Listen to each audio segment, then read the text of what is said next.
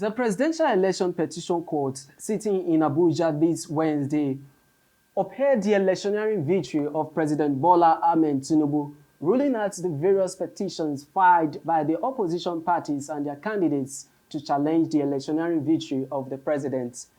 Today's Political Insights focuses on a detailed analysis of how the court ruled out the petitions filed to challenge the president's victory. Welcome to Political Insights. My name is Jude Aweke. Joining me in the studio to do justice to the analysis is a legal practitioner in Benin City, the Edo State capital. He is Barrister Douglas Ogbankwa. Barrister Douglas, you're welcome on the program. Thank you very much. It's a pleasure to be here. Yes, we watched how the petition courts in Abuja ruled in favor of the president yesterday, Wednesday. So let's take a look at the petitions the court ruled at. Firstly, let's take a look at the issue of overvoting. You know, the court claimed that the Labour Party could not prove its claims that there was overvoting in some parts of the country. How do you see such a ruling?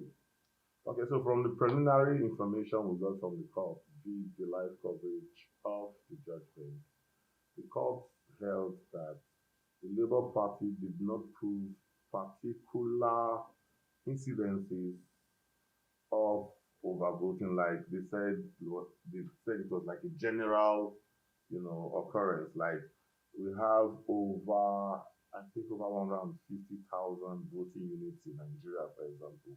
And if you wanted to prove about voting, you needed to call the party agents from a substantial number of the polling units in each of the states of the federation. The presidential election is very complex because it deals with 36 states of the federation, yes, 724 local governments, over 5,000 words. So you're actually dealing with a huge gamut of evidence. And by the judgment of the Presidential Election Petitions Tribunal yesterday, for the unanimous judgment of 5 justices of the Court of Appeal, they indicated that some of the witnesses that were brought by the Labour Party, for example, some of them were not filed alongside with the petition. There's an amendment to the Electoral Act, which is the Electoral Act 2020. Which says that all the evidence to be adduced within the realm of the petition should be filed alongside with the petition. So those 13 witnesses who were not, front-loaded, like we say in law, their testimony were discontinued, struck out, and the exhibits that they tendered were also, discontinued. So those are some. But the court even now even said that even if they were to consider the credibility of those witnesses, they also made a review of their testimony to say that, for example, that they did not bring because they consolidated the petition, yes, and had one judgment: the APM petition, the Labour Party petition, and the PDP petition. That they had over 130,000 agents, for example. They were not able to bring even one agent. Rather, they brought collation officers. And the reckoning of the court is that collation officers, what you bring to them, they are hearsay. Let's assume this is a voting unit now. You are the collation officer. I am the one that witnessed it. I am the polling agent. Whatever I see is direct evidence. I'll come and say, okay, Oga, this is what happened at the polling unit. You, the collation officer of the party, now came to court to say, I was informed, I was told by this polling agent that this is what happened. You were not at the polling unit yourself. So I think from the analysis of the judgment so far, it's been something that it was won and lost at the chambers, not even in court, because the court said something very, very unique. It said that the petitioners did not provide evidence to prove their case. Perhaps they thought that we will be moved by public opinion or persuaded, or intimidated, yes, by the social media. They don't expect us to go and get evidence from the streets. or from the marketplace. You understand? So the truth is, there is a difference between public opinion and the law. Okay, so it's actually issue of actuality It is that what you made present the in court court. to The court is rule. not a Father Christmas now. The court does not give to you what you did not prove or what you did not ask for. Do you understand? No facts to back up their that claims. is exactly the summary of the judgment. That they just generally said without bringing out facts to prove their case. Okay, now let's take a look at the issue of transmission of results to the IREF portal. Yes. As contained in the Electoral Act. Not And even that's where you miss it. I think that had to do with the guidelines. It was the INEC guidelines, I think, and not the Electoral Act. Guidelines. Yeah, the INEC guidelines. And even prior to the election, the INEC chairman promised that results will be transmitted, and the court is ruling in favor of the president in this regard, ruling that it's a very interesting dimension to the whole story because first of all, there was an issue of whether the Electoral Act does not talk about determining results by electronic means. The guidelines talk about transmitting results. So there was now what seems like a contradiction between the Electoral Act and the guidelines. Guidelines do not have force of law. What has force of law is the Electoral Act itself, the law. A guideline is like you are guiding us. So if you depart or there is any kind of the court does not look at guidelines. There's the electoral authorities, Ayetola and Adeleke and Ayetola there because they are two different years, Yes. So the court was now looking at the fact that the IREF, according to the court, is not a collation center. IREF is just a platform where you would see your results. According to the same Electoral Act, collation is to be done manually, physically, by the collation officers. They give to the returning officers, to announce. I am open to. But why was there, this emphasis on electronic transmission of results by the electoral umpire? No, the electoral umpire made it clear. The electoral umpire, the INEC, they emphasized it. They didn't use the word declaration. This is what we are going to do. You are missing the point. They did not say we will declare result early. They say we will transmit. Transmission is even from declaration. But did they transmit electronically? They did. Check your RF. I did some electoral matters as a lawyer. I got some of our results online. They did. They transmitted through the IRF. They did not say we will declare result electronically. They only said we will transmit. And they did. They transmitted. So, transmitting some parts and they're leaving others. Well, Nigerians are beginning to question. They are beginning to wonder this is the point. The electoral umpire have come to say that there were some logistical challenges. For example, they talked about the fact that in some parts they don't have network to transmit the results. Do you understand? And there's a question somebody asked. Do you know that none of the petitioners came to say what was transmitted is different from what we have physically? There was no evidence. So what then is the worry about transmission electronically? The court have said that the IREF is not a collation center. It's not a collating platform. The IREF is just a transmitting platform. Personally, I am open to electronic determination of the winner of the result if it cannot be manipulated by hackers. But that's also another thing. In my association, the Nigerian Bar Association, we transmit and declare results electronically. But we also have our challenges because people are saying that in that platform, people are hacking it and they are manipulating it. It's an allegation which people are making general. I'm not saying that's the truth of the matter. So we also have to be very careful that when it comes to elections anywhere in the world, there is no country that does internet elections. What we can find is electronic election, you understand? But that electronic is intranet because anything that enters the World Wide Web is open to manipulation, hacking, distortion, alteration, electronically, I'm telling you. So we must be very careful how we look at this electronic or internet voting that a lot of people are Okay, pushing for. Barrister Obankwa, sir, let's take a look at the issue of 25%, Okay. in FCT.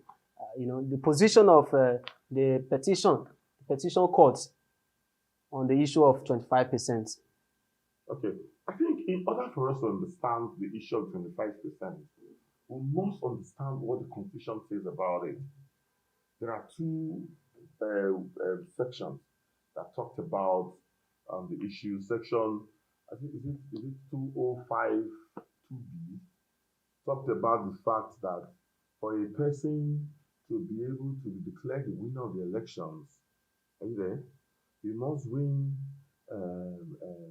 1/4, are you there, of 2/3 of the states in Nigeria and the Federal Capital Territory, Abuja. That's where 25% comes because 1/4 is 25%, right? Yes, yeah. Now, the question we have to ask is, what does that mean when you say "and"? Do you understand? If he had said including or must be included the Federal Capital Territory, Abuja, if I'm saying that I'm going to give some things to you and the cameraman, it means it's conjunctive in nature and not disjunctive.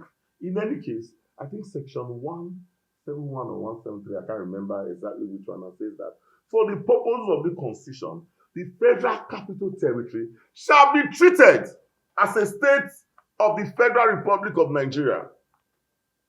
Are you with me? That same says the Federal Capital Territory shall be treated as a state. So the FCT, in the eyes of the law, is a state. So, stricto sensu, there are 37 states in Nigeria, though we say 36, because you always count the Federal Capital Territory. So those in Abuja, they don't have 2 heads. They don't walk with 4 legs. They are Nigerians. We don't have super citizens. Come to think of it. If it's only those in Abuja that will determine who wins an election in Nigeria, then you don't have super citizens. Everybody could just go and win Abuja, live in Abuja, because we know we are the one that will determine who is the president of Nigeria. The citizen, there is no distinction of the level of power a citizen have when you are voting. You have 1 vote. So how come Abuja will not be different? And authorities are replete before now that the FCT, in terms of being treated as an entity in Nigeria, is a state. So don't even, that seemed to be like a lot of people were making a lot of furor about it, that, oh, this 25% will enter. No, they're just doing like they're playing Naira bet. So the truth of the matter is that 25% is each state of the federation, including Abuja. It's conjunctive. It's just trying to say that if you add Abuja to it, you would be able to get your numbers. That's it. Okay, so you have reviewed that the justification. It's not my view, it's the law. The law is that, the law. state it properly. The law is that you need not win exclusively 25% of Abuja to be president of Nigeria. So the justification for the position of the election petition court, yes, is that all states in Nigeria are equal. Yes. There is no special status. Okay. There are no super citizens. Thank you very much. No special voters. Thank you, Dr. Barrister Obankwa. Thank you. Thank you very much. Time is ticking, so let's quickly take a short break and we'll return for the concluding segment of the program. Political Insight is a weekly discussion program on VOS TV Nigeria, which focuses on unfolding developments in the political sphere. Good to know that you're still there. Aftermath of the presidential election petition court in Abuja declaration of President Bola Ahmed Tinubu as the winner of the election, ruling in favor of the president, striking out all petitions filed by the PDP, the Labour Party, and their candidates.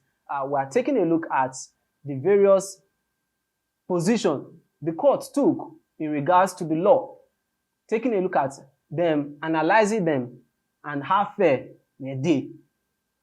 So, as usual, we have a guest in the studio. He has been speaking on the issues the courts highlighted.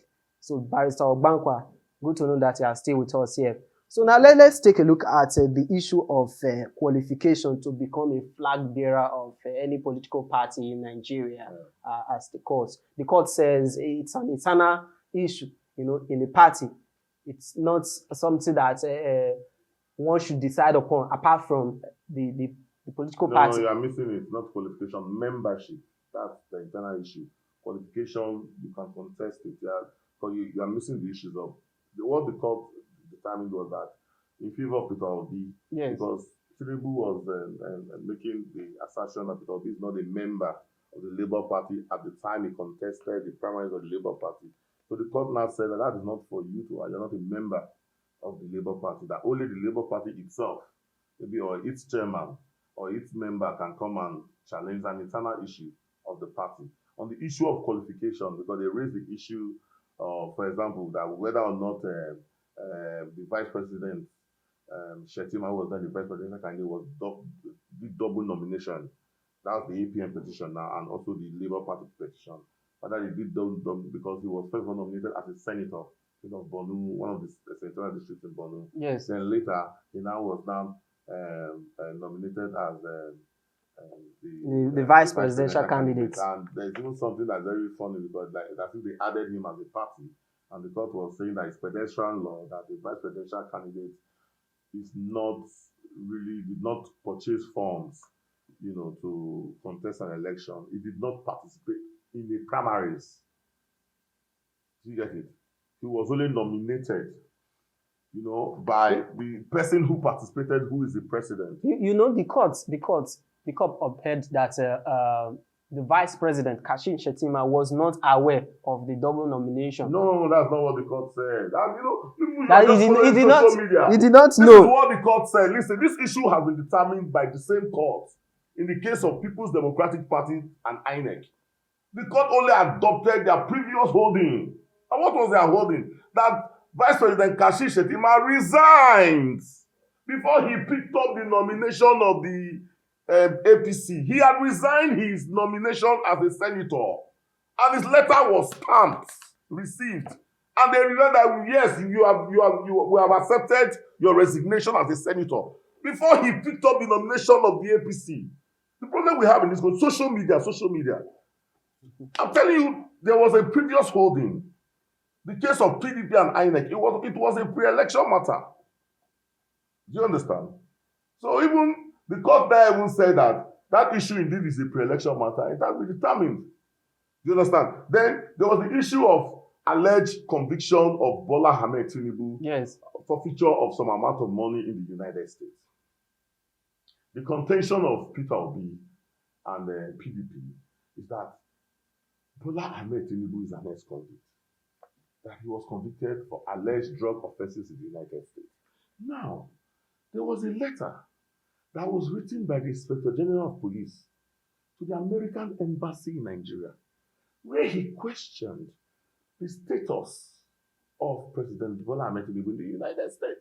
The American Embassy replied that Bola Ahmed Tinubu is not an ex-convict, that indeed there was a forfeiture hearing, but it was a civil suit, not a criminal trial. And they brought the suit number, because if you are in America, if you have a criminal trial, they will put C at the end to show it's criminal. So they said indeed there was a forfeiture hearing, but it was a civil suit. It's not in every country that forfeiture is a criminal issue. In the only Nigeria, they criminalize almost everything in the world. But in America, forfeiture, it depends on the forfeiture. But when he talked about that, the way they forfeit, it was even like a what do you call it? A suit to recover some amount in the United States. And they tendered, Bola Ahmed Tinubu tendered the letter from the IGP and tell the American embassy to say, this is what really happened. In any case, even if it was, I at the beginning of after the election, I was in some teams that were to, I pulled out, I told them I cannot do because there's no merit. He said somebody was convicted. The Constitution said within the last 10 years, It only counts if it happened within the last 10 years. So if it happened after 10 years, it becomes a dead issue. The Constitution put a qualification there that if someone is convicted of a fraud, of crime, or of dishonesty, he ordinarily will not be qualified to stand. But provided always that this will happen within the last 10 years. So it is the law. I'm not the one that wrote it. So the people wrote the Constitution. So you, as a legal practitioner, yes, you think that the Petition Election Tribunal Court was fair in the judgments? It's not about what I think. It's about what. Did you not watch it? I watched. So if you watched it the way I watched it, you would see that the fact, and I want to say that this is one of the Election Petition Tribunal that did not engage in too much English. You know, sometimes they say in Nigeria, judgments do not make common sense because they are too grandiose, too complex. But even the layman, I belong to a lot of platforms of intellectuals. They said, man, this thing makes sense. Let's call it straight. Okay, so many of them are obedient. None of them supported Atiku during the election. But they said this thing makes sense. How can you have 130 polling agents? You did not call one. The court will just say, because you are here in Voice TV saying that this one won the election, the court will now say, oh, I'm scared of what Nigerians will do to me and my family. All eyes on the judiciary. They carry all the pictures of the judges, put it on the internet, put their phone number, put their pastor's name, put their great-grandma. Then the court will not be intimidated and give you judgment. The court have said that in trying to do justice, give your judgment. The heavens will not fall. It has never fallen. And it will not fall. And that's what happened yesterday. The judgment in the matter came how it came. Did the heavens fall? I'm asking you. The heaven did not fall. And the heaven will not fall. It will not fall. Because the Kabas are the one in charge of the country. Even you, the presenter now, it's obvious you are partisan. No, I'm not. Because you are already taking a position. No, I don't. No, it's the view of Nigerians. Because Nigerians, the Nigerians, they are beginning to question. Nigerians, they do questions. The common man, not a common man. He cannot be a common man. Now, when you say the Kabah have taken over the country, what you have done is that you have put yourself as part of the people. I did not say they've taken over. I said they are the one in charge of the country. It's the same thing. You know, so no matter how you look at it, you already have your position. You are one of those people who feel like, as a presenter, you should be independent. No, you know, when Nigerians, the common man, when they are... Who's the common man? The common man in the streets. The common man on the street. The common man, you know, they voted. They casted their ballots. They exercised their franchise. So they begin to question. They make allegations. They made allegations. So it is right for you as a legal practitioner to clarify such. Assert must prove. It's not, if you make an allegation against me, I'm not going to prove my guilt. You will prove your allegation. So all these things are just emotional blackmail. If you are blackmailing the system. I'm apolitical. No, you are not. No, I'm very apolitical. You're obedient. No. I'm apolitical. You know, in line with the canons of journalism, I have to detach myself. I'm not a politician. You're obviously obedient. No, not at all. Not at all. Let's. If I to delve into, you have your own ideological leaning. If I to delve into that, we won't close this program. But I want to assure you that I'm very much apolitical when it comes to. You're talking like Buhari, and I want to assure you. Barrister Gwakwa. Thank you for joining us on the program. We really appreciate your contributions. I enjoyed myself. Thank you very much. And that is it on today's episode of Political Insights. Do not forget to share your thoughts on the topic of discourse using the comment section. Thank you for watching. Bye for now.